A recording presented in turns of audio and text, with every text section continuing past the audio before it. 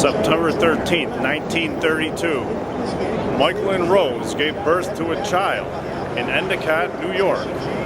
They didn't know it then, but he would be known now, today, as a living legend in radio. Let's go check him out. Mccrackins on location, 11/17/2011. Whoever answers a great player that played the AFC West. This is Mccrackins on location. We're at WLS Studios with Dick Biondi. How you doing this evening, Dick? I'm doing fine, and thank you for being here. Hello to everybody. Born in September 13, 1932, and is Endicott, New York, is that correct? Right, that's where IBM was founded, and just a wonderful little town in upstate New York, and a great place still. Did you have any siblings? I've got a sister, and she's still living back there. When you were growing up in the 30s and the 40s in New York, what was it like? You know, the 30s, I was still a little bit too young. I remember going to school, and I remember when the war started, World War II in 41. That was probably the biggest thing that happened in my childhood. And then going through the war and growing up, and I was very interested in church. I'm Catholic, and at one point I almost wanted to be a priest, and then I changed my mind, and I guess when I started hanging around radio stations, that's what I wanted. And at the age of 8, I did my first on-the-air commercial in Auburn, New York. Oh, at 8 years old? Yep. Oh, wow. I found the radio station because I was up in Auburn with my grandmother spending the summer, and I was running all over town and I went into the radio station, and I saw the studio and the guy talking, and I went up there every day. And then after a couple of weeks, he waved me in. He said, "Hey, kid, can you read?" And I said, "Yeah." And he said, "Here, read this." He handed me a commercial, and I read it on the air. It was for Brotan's, a ladies' clothing store on Genesee Street in Auburn. And that was my first taste of being on the radio. Wow, no, that's pretty incredible. What high school did you go to? I went to 3. You went to 3? Actually, I went to St. Ambrose, St. Patrick, and finished at Union Endicott High School. Really? Where I graduated owing 57 hours of detention. I took a lot of time off running around doing things, involved with radio. And I had a lot of fun. I graduated, luckily, and shocked my family. Now, during your high school years, did you do radio or broadcasting at the high school? No, we didn't have studios or radio at the high school, but for the 4 years I was in high school, I was a gopher at 2 stations, one in Binghamton and then one in Endicott. So I was in, and that's my 4 years of college because I was getting training right on the job. Wow, that's unbelievable. And then did you hang out with friends that used to go with you to the radio station when you were younger? No, just myself. I would go up there by myself, and I was like, like I say, I'm in 13, 14 years old, and I was around all these adult guys and women, so I was getting a quick education, and I learned a lot. What was your first automobile that you ever got? My first automobile I ever got was a DKW. It was a German car. It had 3 wheels, 1 in the front, 2 in the back, and you put the oil right in the gas tank with the gas. Oh, really? So it's a 2-stroke? Yeah. Was it a convertible? No, Now, did you ever ride a motorcycle or own a motorcycle? No, but I rode a few, but and then out in L.A., when I worked out there in the late 60s, they gave all of us guys at the radio station, KRLA, that we drove around. Oh, like mopeds or something? Yeah. Okay. And then when you knew at 8, did you know at 8 years old or 9 years old that you wanted to get into broadcasting? Yeah, I had that in the back of my mind, and I was also thinking about if I wanted to get into the priesthood, which I didn't, but I just never stopped hanging around the station. So I knew by the time I was a junior in high school, I knew that's all I wanted. And who were your influences growing up? Well, probably the first guy that let me read that commercial, Bob Morgan, but I didn't know him that well, but Bob Cullings, who took me under his wing in Binghamton, New York at WINR, and he taught me how to talk a little bit. In other words, back when I first started going up there, I couldn't say the word T-H-R-E-E right. Instead of 3, I would say tree. Okay. And then there was another little word that he always kicked me whenever I said it wrong, was F-O-R. I used to say fur, but it's for. Gotcha. And he taught me, and he was a sportscaster, and he taught me all about play-by-play and things like that. Did you do sportscasting or weather? Yeah, or... when I got my first job, I did a couple of games in Corning, New York, but when I went to Louisiana, I did play-by-play football, play-by-play basketball, and also later, as I worked in North Myrtle Beach, South Carolina in the 70s, I even did broadcasts of golf tournaments. Oh, really? Now, were you ever nervous when you did those? When you No, started I out? just was. I didn't. I just went in there and did it. It was fun. Oh, did you always air evening shows? No, not always. I did in South Carolina. I did 10 years of morning show. And when I came back to Chicago in 1983, I did a morning at B96 for a year. And do you prefer the morning shows or the evening shows? Or I liked being on the air. I did both the morning and evenings. Mostly I was on in the evenings. But they were both great. And I still have a lot of fun working until 11 or midnight. And how much of the production of your own shows do you directly influence? Quite a bit, because I have to follow some rules as far as what music, but they pretty much let me do my little talk bits and have fun, kid around about things, and then there's a lot to talk about. With so much going on in the world, you can always almost relate something to some of the songs we're playing. At what point did you start taking listener calls live on the air? Oh man, that went back to 1950 when I was in Louisiana. Oh, so you've always done it? Yeah. Oh, okay. What was your most obscure listener call? I've had people call up and when I was down south and call me a racist because I'm talking about the Ku Kluxers down there, because I played what we called rhythm and blues and race music back in the 50s, and that was I didn't like that.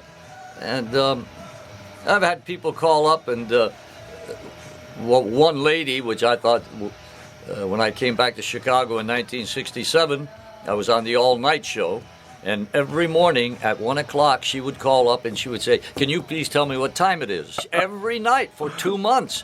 And after 2 months I finally said, I got to ask her. I said, "Why?"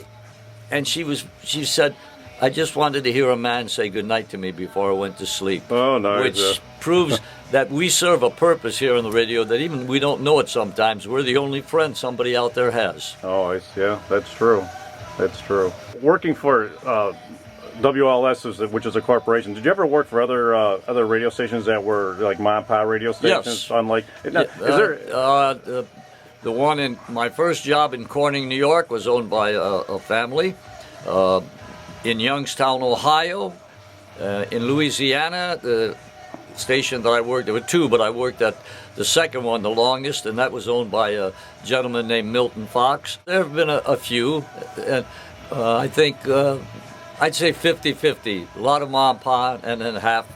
Now, is there a difference, or do you feel a difference working at a corporate versus a mom and pop? Or are they pretty much the same? It's pretty much the same. Not now as much as it used to be, almost the same. But things are changing a little bit, and everything changes as we grow. But now most of the people I know are working for corporations, and they're run either from New York or some other headquarters. And it is not as much local feel as it would be if you were doing a mom and pop station. Okay, I see. And then since the radio's been on, and I don't know, but I heard from a few people that there's 50,000 watts of power that goes out to transmit to the listeners. How long has that been? Has it been ever since you've been on the radio? Oh yeah, there's 50,000 watt stations ever since back in the 20s. In fact, I didn't know that. there is a station in Cincinnati that has 200,000 watts. It's not on the air, but they keep the transmitter in good condition in case there's ever an emergency where they have to go on the air, and that would cover the whole United States. Oh, that's unbelievable. I also read, actually, on your bio somewhere that you played the first Beatles record in the United States What was that like for you when that Well, happened? it was in 1963 in February, and looking back at it, it wasn't that big a deal. The guy that brought it up to me is from Chicago. His name is Hewitt Abner, and he was the national promotion man for VJ Records. And he said, "Hey, we just released this thing. Why don't you listen to it and play it?" So that was on a Friday night, and I played it. And I didn't think it was anything was going to be like what happened. I just said, hey, it's a nice, good sounding group. Right. And then we all know what happened after that. Yeah, absolutely. Now, with all the bands that you've seen and sock hops you've gone to and whatnot, is there any one particular or that sticks out in your mind over the years? I mean, I don't know. There's probably thousands of them, but was there something that sticks out? There were so many great ones. The Rolling Stones. I enjoyed working with Bobby Darin, who was a very, very dear friend. So many. All the acts that we've introduced. People like Paul Anka, and that I could go on and on. People always say, "Who was your favorite act?" Bobby Darin was probably my closest and dearest friend. But everybody else was great, and it was for a little skinny kid from upstate New York. Every time I met any of them, it was a big deal. And I gotta admit too, when you do your introductions on stage for bands or whatnot, I noticed that you always include the sound people and the electricians and the stage managers, which most people don't do that. And I think that's really a nice thing. Now, I may be wrong, but I'm going to go over your career here. So number one, WINR. WCBA, KVOB, KSYL, WHOT. Wait a minute, you forgot one. Before HOT, after KSYL, you got WSBA in York, Pennsylvania. Oh, I missed that one. And WJET in Erie, Pennsylvania. Now pick up with WHOT. I didn't do my homework good enough. Okay, you can pick up after HOT. WKBW. Right. WBR, WEBR. No, I never worked at EBR. Do. WLS. Yes. KRLA. Right. WCFL. WMAQ. Yep. WBZ. Yeah, I worked there. WSAI. Cincinnati. WBBM. Yeah, well, you forgot one after WSAI, WNMB in North Myrtle Beach, South Carolina. I read right over that. I actually have it here. Yeah, okay. And WJMK, which I remember, and currently WLS. Yes. With over 50 years in radio and broadcasting, how has the platform changed, if at all, for you as a radio personality and entertainer? Well, you just said the magic word. It has changed where personality is not as prominent as it used to be. Today's people really, they want us to be almost like an iPod. A lot of music, which is fine, but there are times when the personality shines through by a lot of our guys. We know what we're talking about, and I think people sometimes like to hear, if I go on the air and say, hey, Ed McCracken was here today, or come on out to my toy drive, and I tell them a story about a little kid. That is something you can't get when you're just playing music all constantly. And then you received quite a few awards. In 1961, Top 40 Disc Jockey of the Year Award. 1966, Most Popular Late Evening DJ. 1995, honored in the Rock and Roll Hall of Fame. 1998, honored in the Radio Hall of Fame.